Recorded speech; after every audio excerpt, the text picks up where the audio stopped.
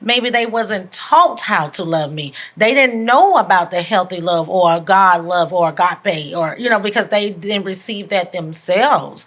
They received the type of love that they seen or thought was love. So when you don't know better, what you're going to do, you're going to repeat the same pattern.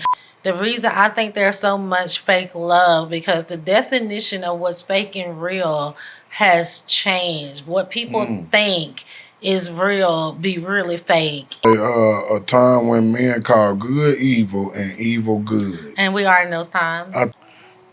Family and friends can not know that they giving fake love. Fake love is such a thing now. Some people might think it's a heart on a social media platform. Like that's how fake love and got, I think. What do you think about fake love from friends and family, or just people in general? I don't think family can give fake love. Not the overall thought of a family giving fake love doesn't come to me as fake love. It comes to me as the mind of toxic love. Like, you have some families that don't really know what healthy love is. They're just doing what they were taught, and they do it to their children, and their children do it to their children, but they love them. They definitely love. So it's not fake, because it's coming from a real place. It's just, I don't know how to love you properly or healthy, I would think, when it comes to family. When I think about fake love, I'm thinking about, again, I spoke about it, being in foster care at 6 years old to 17. I experienced a lot of different homes.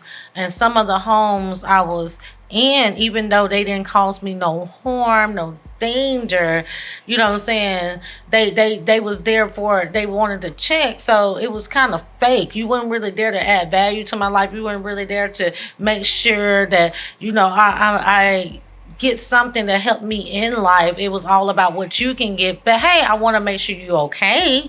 You know what I'm saying? Type of love. Yeah. And most of those places, I think that were fake love. I can remember, some of the homes, but I can't remember the exact names or something.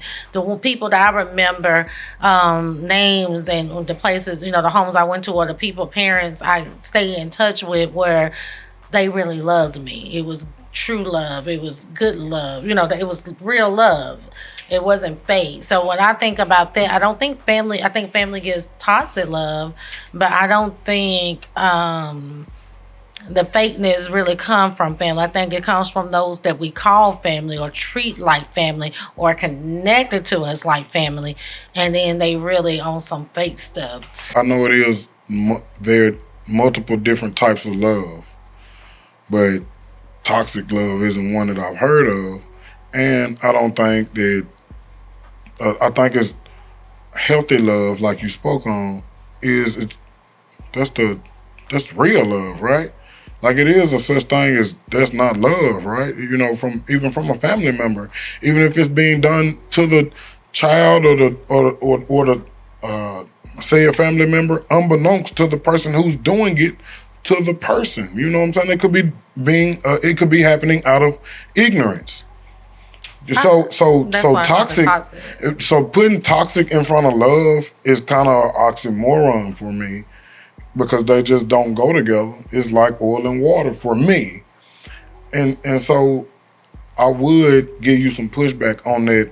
But I do think I see what you're saying about the family and the love, and it just not being healthy love. But to me, if it's not healthy love, if it's not, like you said, guiding that person, child, family member in a positive direction with positivity, then I don't know if that's love, But what do you call it then? I mean, toxicity. It's toxic, but it's okay. So for example, to give you pushback, because our walks of life has been different. So you have and I have to, I do best when I speak by personal experience, right? So I have, or anybody that has been in foster care that has healed and trying to know their family or had those same questions that I had of why, you know what I'm saying? Why this? Why that? Why my family when this or whatever? So for me, as I matured, as I healed from being a foster child, and getting to know my family, my blood relatives, my parents. You know what I'm saying? There's no doubt at the age of 40 that they loved me. I believe that my mom, when the times that I thought she didn't love me, I believe that she did. She didn't know how to love me. You know what I'm saying? Maybe she didn't know how. And I learned that my parents didn't know how to love me because maybe they wasn't taught how to love me. They didn't know about the healthy love or God love or agape or, because they didn't receive that themselves. They received the type of love that they seen or thought was love. So when you don't know better, you know what I'm saying, what you're going to do, you're going to repeat the same pattern. So I have to give you pushback on that because I wouldn't say it's just, yeah, it's even healthy love or no love. No, I think she really loved me, but it had to be toxic because she didn't know no better. Now I can honestly say at 40, now that she knows better, she's trying to do better. You see what I'm saying? Oh yeah, and And man, it's becoming that's so heavy that I didn't even know we was on a personal level. Thought we were speaking in general, and I wouldn't dare touch that right there. You know what I'm saying? You speaking on my mother-in-law, I wouldn't dare touch this. So I wasn't trying to get personal with you about the situation. I was just giving pushback on the general statement about toxic love. Well, I just want, because there's people that may be watching that may feel like, oh, because it's not in a healthy manner, that it's not, that, oh, they don't love me. And I don't want to hinder anyone from, you know what I'm saying? So I wanted to share that personal experience so they'll know just because they don't know how don't mean that they don't love you. They love you. I mean, I don't know many parents. I just don't know any parents that don't love something that came from them. That's now that I don't know. If y'all know anybody, tell them to reach out to us. We'd love to have them on this major. But I'm just saying I don't know anyone that just don't. Maybe they don't know how to love them or couldn't love them right because of whatever issues or whatever. But I wouldn't say that. But I will say this. I would say at the end of the day, you have to learn to love you. Set your boundaries to know what healthy love is. Just focus on loving you, and as you love on you, you'll learn what healthy love is and what you will receive and won't receive. Yeah, I'll take an example that we was watching the other day, and it was Tyler Perry's and his dad, and Tyler Perry is basically letting you know that his dad didn't love him, and I'm sure his dad thought he did. Exactly. Yeah. I'm saying his dad thought he did, but the child knows right now today, who's 50 years old, and it's Tyler Perry, that dad didn't love me. Yeah, that's what he said. That's what Tyler Perry said. But, I do believe that love comes in all different types of forms, so that's a tough one right there. It does. It does come in different forms. So when you speaking about family and love and stuff again, it's on what it's all about what you would allow, what you would accept, what is good for you. If this doesn't feel good, it's okay to be distant from it. Done that too. I'm not dealing with that. You know what I'm saying? It's okay. It's okay to know, and again, learn your own boundaries. Learn to love you. In order for you to give out a healthy love, you have to love yourself first. And I think a lot of new generational people, I don't know what you call them, I don't know what you call it, but a lot of young people, I don't think they really know what real healthy love is. I don't. And so we'll get back on track with that statement you just made about the young people, because I'm speaking on fake love. She might think that you don't love her because you can't financially do this or that for her, or he might not think that you love him because you can't do this or that for him, and I don't think that's real love. It's not. Yeah. And that's the problem with a lot of the young people. They feel entitled. I see a lot of these TikToks. These girls feel like, oh, you supposed to do this and you supposed to do that because of me. What was that one TikTok? The guy fixed a beautiful dinner. You know what I'm saying? And she was so ungrateful. Felt so entitled. We supposed to went to this expensive restaurant type of attitude. I think she said whatever it was in that town or city, but. No, that doesn't. I tell my boys to run from that. Run. All three of them. Run. Stay away from that. They. That ain't it. Yeah. And the boys don't know better either. How to love, and so I think they end up being fake love too. I think anything at a young age is going to be fake. I hate to say that. There is a percentage of people who meet at a young age, high school sweethearts, and love each other, and it works out for them. But there is a higher percentage of people who think this is love at this age, at a young age. And I'm speaking, let's say 20 to 25. We want to push it, we can say 25 to 30, but I'll say 25. 20. I would say all the way up to 30. Especially for guys. I can speak for guys. I can't speak for the ladies. But definitely up to 30 for guys. I maybe would say 35. anything during that time period is going to be a fake love. You're going to think it's real, but honestly, you don't even know you. And like I said before, in order to give out a healthy love, to know what that is, to set your boundaries, you got to be able to love you, know you, and learn you. And in order to do that, you have to learn you. And during those stages and during those ages, you are learning you. So I think anything in those time periods is going to be fake. But there is a rare percentage that is not. Yeah, we've seen it. But, and especially back in the day, but this ain't back in the day. Exactly. We're talking about fake love in 2024, 2025. And I think there's a lot of it going on out here, even from family. Definitely from friends.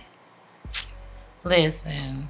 It's a lot of that going on right there, fake love from friends. People be saying they there for you, and I'm trying not to. They're I'm trying not to there watch for my you. words, but they're not there for. They're using you. They're taking advantage of you because most people in this new time, this new era, is thinking about themselves and they come up and what they can, what's benefiting. And I ain't mad at this. There's nothing wrong with that, but don't take advantage of someone that considers you as family or love you like family. Don't do that. That's fake.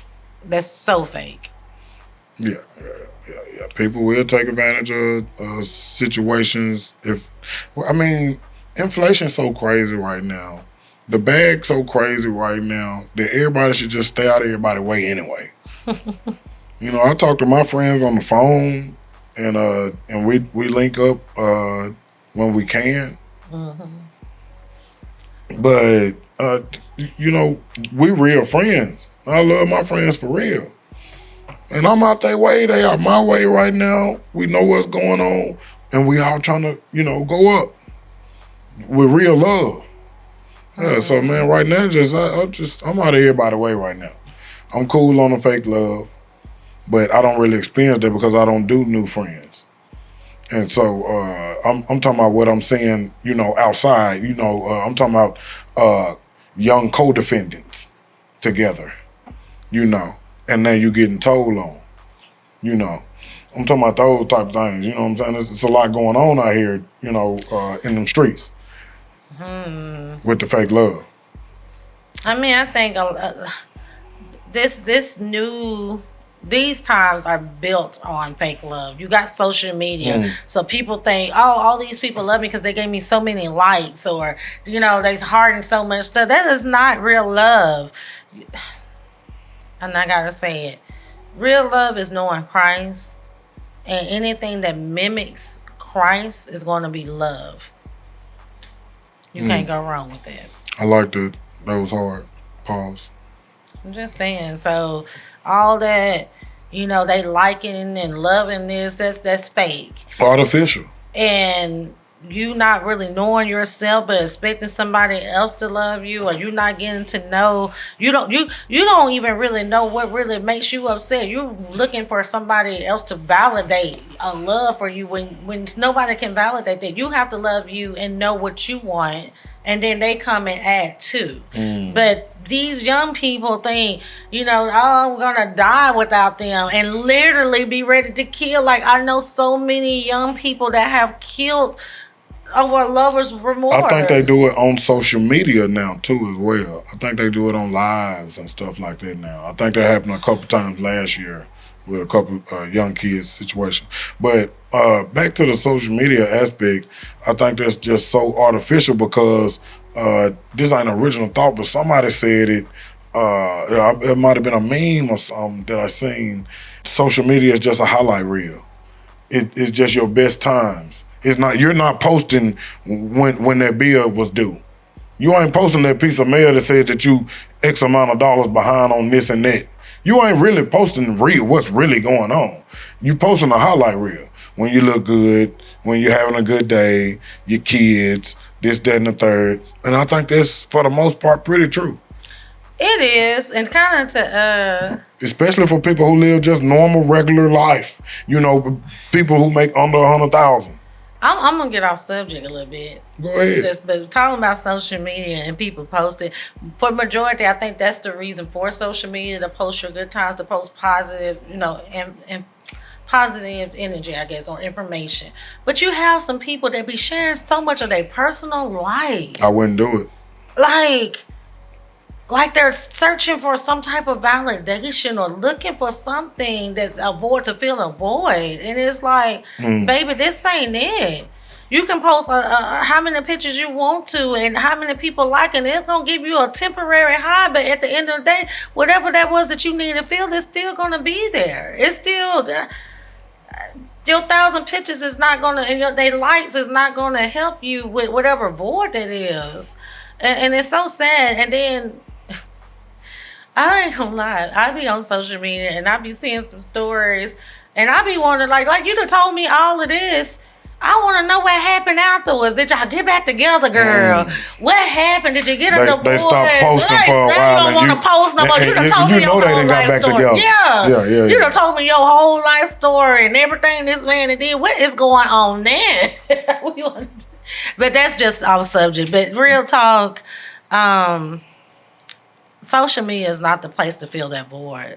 You see it, all this, the attention seekers. They wouldn't doing what they living a life on social media, but wouldn't do it in real life or face to face type of. It's kind of sad, and all of that is, to me, is fake. Yeah, I don't ever post on social media when my hair. My hair done grew back and I look like Sanford and Son. And you know what I'm talking about? Like, I ain't say I don't be handsome, but I don't post that though. You see what I'm saying? So that's the normal me. I'm normally at work with my hair. I don't be shaving and cut my hair. I do that for this cow. And see, I do. I'm more of what you see is what you get. You might get me with the glasses. You might get me my hair. My braids need to be redone. My hair need to be done. It's an ponytail.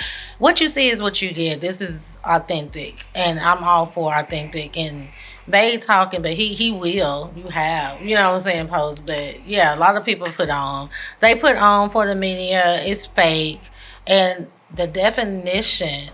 The reason I think there's so much fake love, because the definition of what's fake and real has changed. What people think is real be really fake, and it's just a sad time. I'm all for standing prayer. I think it's a verse in there to say a time when men call good evil and evil good. And we are in those times. I think it might be popping off right now. Yeah, that's what we at. Yeah. So, bottom line, I would say, love you. Yeah. Love you. Like, love everything about you. Don't stop down talking you. Stop speaking negative about you. You look in the mirror, you don't see something you like. Don't you say it, speak it, or nothing, because your words hold power. You look at it, you still love you, and you have the power to change it, so you change it.